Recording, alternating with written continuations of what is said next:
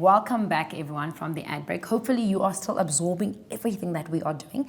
So right before the ad break, we were actually doing work, energy and power principles. And right before that, let me just send another big shout out to Liberty. Thank you so much for giving us the opportunity to actually sit here and help the grade 12s with their final paper that they write tomorrow, which is paper number 1. And then again, thank you for Liberty again for help you guys to actually prepare for paper number 2, which you are writing on Monday. So now we are doing another question which is on electrostatics. But before I answer this question, there's another question that I got. Somebody just typed in on Facebook to say, when do we use simultaneous equations? Now remember, when you use simultaneous equations, especially in the Doppler effect, because that's what your question was actually stipulating. If you have any two unknowns, then you have to use simultaneous equations. This means you can actually find the same subject of the formula, equate the two, and then find the one that is unknown. The same way when we do, when we use Newton's laws, when we have F net and so forth, where we have to find tension and the acceleration, and we find the two equations. Instead of adding the two, you can then actually equate them. And this is something that you actually learn in grade 10 and grade 11, especially in mathematics and so forth. But that is one way of actually doing them. But remember, if ever you have two unknowns in physics as well as in mathematics, you have to then use simultaneous equations. You have to make sure that they either cancel each other out, or you can actually add or subtract the two equations so that one of the two can then cancel, depending on what you're given. But simultaneous equations is always a good way to go about it. Okay, without wasting any more time, let's look at one of my favorite topics, which is actually electrostatics. So this is question number 5, and this question is from Mlu Hatebe. And Mlu's question goes as follows. We have a very small granite-coated sphere, which is rubbed. Right now we are rubbing something. I just want to elaborate on that. When we talk about electrostatics, most of the time we have an object, right? And when you rub the object, you're actually charging it. We are applying friction, right? And then something actually happens to it. So there's actually a mini experiment I actually did in my class with my children where we took a plastic rod, we rubbed the plastic rod with a cloth, and when you open the tap, the water actually bends in such a way because it actually is repelling from the rod. So now when you rub something, you are causing friction, right? And then the charge on that object can then change. So we have a small granite-coated sphere which is rubbed with a cloth. It is found that the sphere acquires a charge of positive 0.5 mut c. Right, now remember, another thing you must remember is that if you're given an SI unit, which is like that, now remember there are various ones. You can have NC, mut c, MC, PC. Which other one am I leaving out? Yes, most of the time you do know these ones. You need to know the conversion factors between all of them. Unfortunately, this is not really given to you in your formula sheet. So this is something that you need to know off by heart.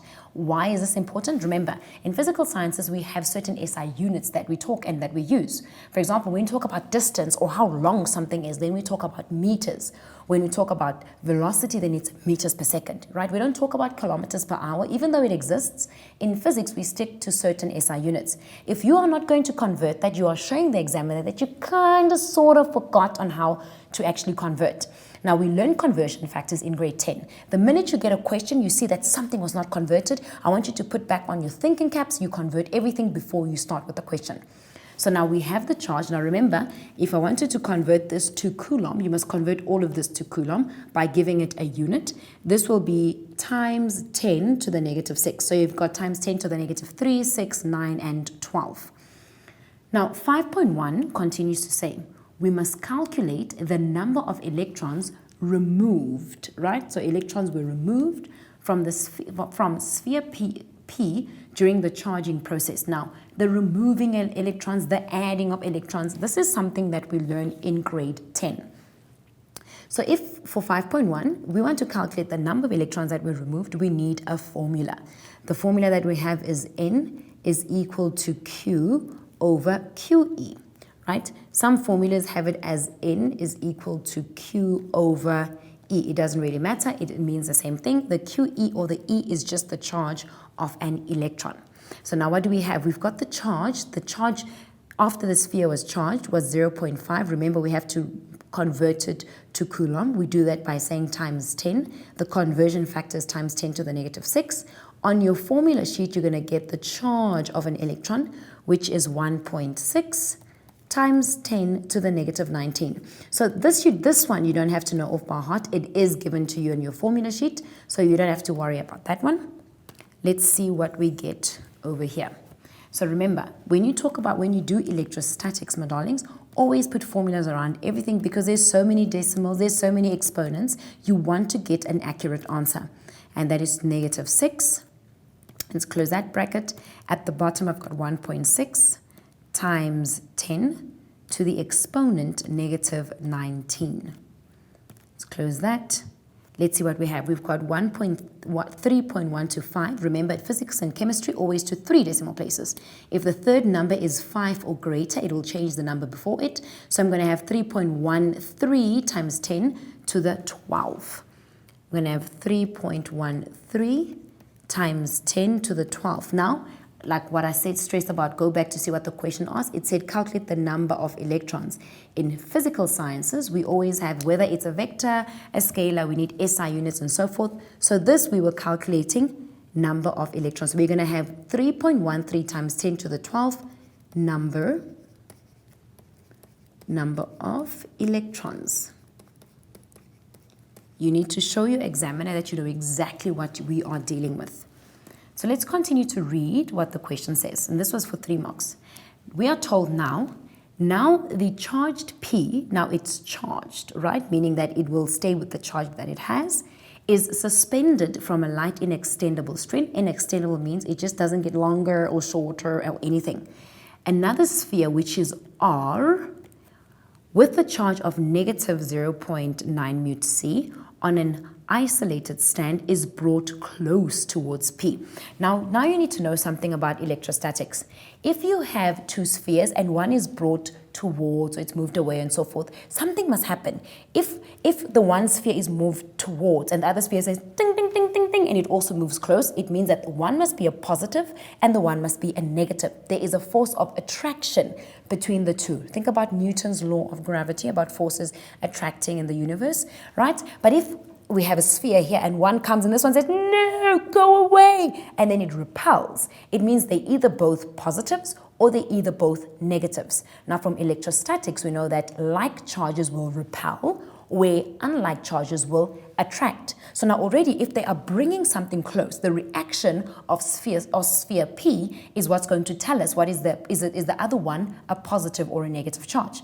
The response of P will also tell us whether we have a force of attraction or we have a force of repulsion. This is very crucial because when you are drawing your vector diagram, it's very important to know in which side your vectors actually move. Remember, when you're doing electrostatics, vector diagrams are very important. You need to draw your arrows in such a way so that you can calculate your net electric field or your net electrostatic force. It's very crucial. Remember to always practice your vector diagrams, and that is where, when we actually learn a lot about vectors, is from Newton's laws. So without wasting any more time, so we are told that as a result, sphere P moves to a position. So sphere P is like, oh my word, R is coming closer and it moves towards. We know that P is a positive. So if it moves towards R, it means that R must be a negative because unlike charges will attract. It moves to a position where it is 20 centimeters from R. I can already see my light bulbs are going on here. In physical sciences, when we talk about distance, we talk about meters, not centimeters. You must show the examiner that you know how to convert. Moving from centimeters to meters, I'm going to divide by 100. 100 centimeters is 1 meter, and then I'm going to get 0.2 meters. Remember, if you do use this, you can get penalized or they might mark it wrong. Make sure that you do actually convert it. So now P finds itself 20 centimeters from R as shown in the diagram. The system is in equilibrium and the angle between the string and the vertical is 7. Now you can see that this is the vertical. Always remember that our angles, we do mostly calculate it from the horizontal. It actually makes it much easier, but it really depends on what you are more comfortable with. So 5.2 says we must draw a labeled, very important, my darlings, a labeled free body diagram showing all the forces acting on the sphere. Now a question like this actually kind of guides you. We've got 3 marks. 3 marks means 3 forces. Now, another thing that you must remember in physics, when they say draw a free body diagram, number 1, there's a difference between a free body diagram and a vector diagram. A vector diagram, we use a block, where a free body diagram, the object in question will change into a circle. Step number 2, when you have to draw anything in physical sciences, you do not use a pen, you use a sharp pencil and you use a ruler. You don't want even though the diagram's not drawn to scale, but you don't want lines that are just moving like in any direction and so forth. You want to keep it neat. You want to show the examiner that you know in which direction the vectors are going and so forth. If you have to label, I would say you can label in pen and make sure that you label according to what the diagram has shown you. The vectors must point in the correct direction and then you label in the correct direction. You do get marks for actually labeling and you will get penalized if you don't. So let's see, we must draw a labeled free body diagram showing all the forces which are then acting at sphere P. So what I'm going to do here, just to make things a little bit simpler, this is 5.2. I know that I've got P over here. It is very attracted. Let me just make P. It is very attracted to sphere number R. This is how you do it. This is how I always teach my kids. You're going to start with your pen there on the diagram. P, what's going to happen? If R came along, P wanted to move towards the R. I do have an inextendable string and it is holding P so that it doesn't go there. This is tension. This will be the force of attraction of R to P or P to R. And then what does gravity say? Gravity says, oh my word, you must also come down, which will then be Fg. Remember, the question was for 3 marks. 3 marks means 3 forces. I already have my forces. Let's go through them again. We have P, you start on P. When R came along, P moved towards R. Go back at P. What is holding P? An inextendable string. If you say string or anything, we talk about tension. It's not force applied. No one's pulling it. It's just a string. And with anything that has a height, we've got Fg, which is mass times gravitational acceleration. This is not my vector diagram as yet. Now I need to make it fancy and make it look nice. Vector diagram, it's a dot, a straight line using a ruler. This is the force of attraction or the electrostatic force. I know at that angle here, this is the force of tension, and then I know that gravity is moving it down at Fg. There's my 3 forces. It looks exactly as what I did here. Much more neater. I've got a circle, a small circle that is representing my P and all the forces. Remember something that is crucial, the direction of the vector is very important. For an example, let me just use a different color. I don't say P, I don't start at P and say when R came along, P moved in that direction. That means P was repelling. It must show that it's attracting, and then you'll get all your marks. Let's see what is our next question.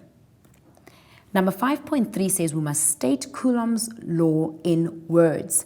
We've been stressing this. If you're stating something, it must always be the same. Whoever or however you're going to state it, from whatever textbook, it must always be the same. Now, Coulomb's law is actually a very long one, but it's something that we do learn from grade 9, actually. So if you were taking notes from grade 9, then it should be a little easier for you. So I'm going to write it down. We're going to read through it. I'm going to show you an easy way on how to remember it using a formula. So here we've got Coulomb's law. And with Coulomb's law, we can say the magnitude. Remember, the word magnitude is just a fancy way of saying size, but the examiner wants to see magnitude. The magnitude of the electrostatic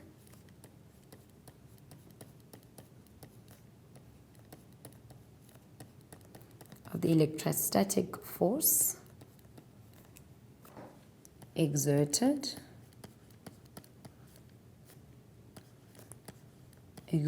by 1 point charge. I really hope you are sitting at home, you're also writing this with me and seeing that you can actually get it right. Questions like this are those questions that you will always find on your exam. Charge on Q1 on another point charge.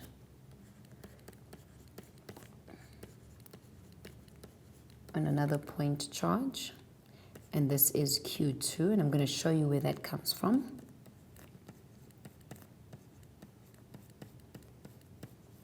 Is directly proportional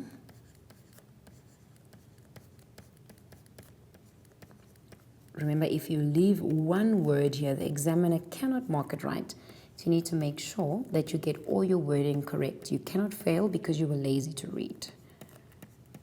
It's directly proportional to the product of the magnitude It just means size, magnitude,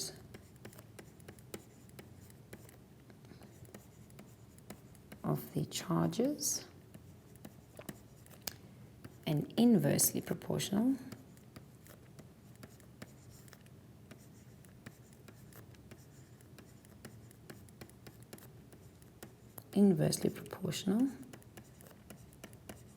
to the square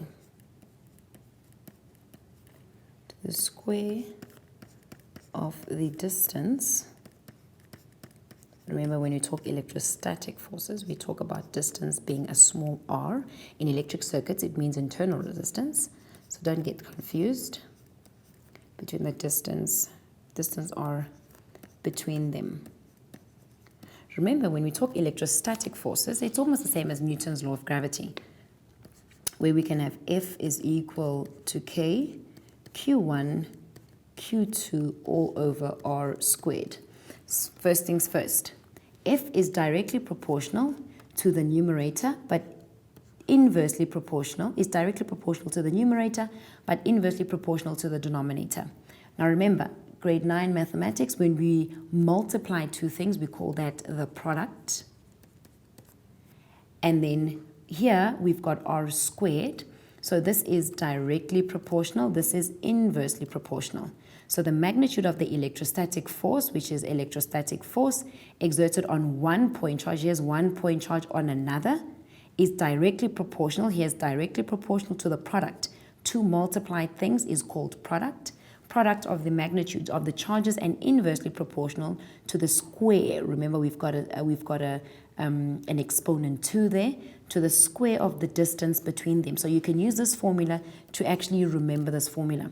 So remember, when you talk about Newton's law of gravity, we use F is equal to G m1 m2 over d squared. So you can most of the time relate the two, and as well as the definitions are not so far apart from each other.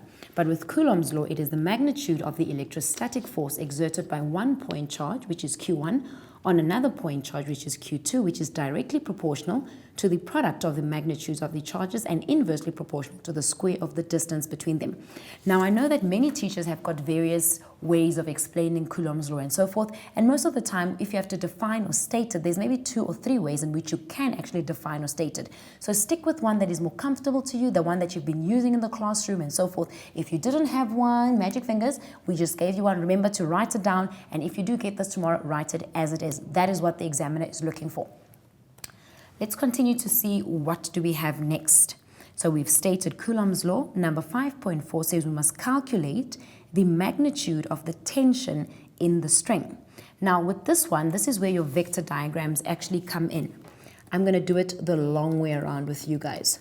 Remember, initially we had a vector diagram that looked like this. We had the electrostatic force from R on P.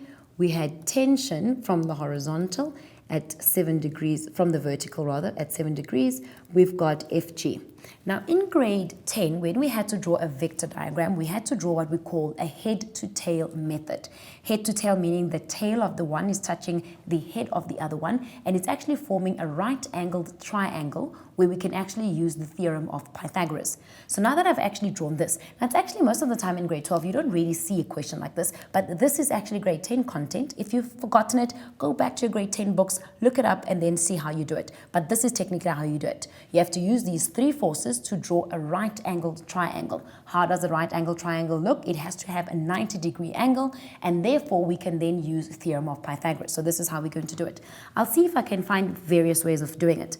So I'm going to start with this one. I probably can start with that one as well, because I can then say if this one is going in that direction, which is F of E, I can therefore say this is my tail, this is my head. I'm going to take my tail of my tension, going it in this side, this is my tension. I'm going to take my tail of my FG, and it's going to go all the way down, which is FG. As you can notice, none of these have actually changed direction. FE is still moving in this direction, it's still moving in this direction. Tension is moving in that direction, tension is still moving in that direction. FG is moving down, FG is still moving down in that direction. Another way, if just by mere looking at it, I could have done it like this. If I start with FE, let me see if we can do it like that. And then I take this down, which is Fg, and then my tension moves in this direction, which is my tension, which is T, which is my tension, right? I've got a 90-degree angle there. I've got a 90-degree angle there. This is grade 10. If you've forgotten it, please go to grade 10. So this is what this means. We've got R, we've got Y, we've got X.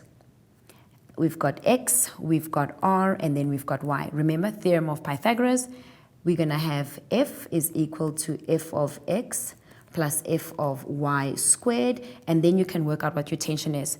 If you do work this out, my darlings, you should then get 0.83 N. We have run out of time for today's show, but therefore this is how you will answer your electrostatics. All the best with your test tomorrow. Really hope we could have helped you. Mwah. We'll see you on Sunday.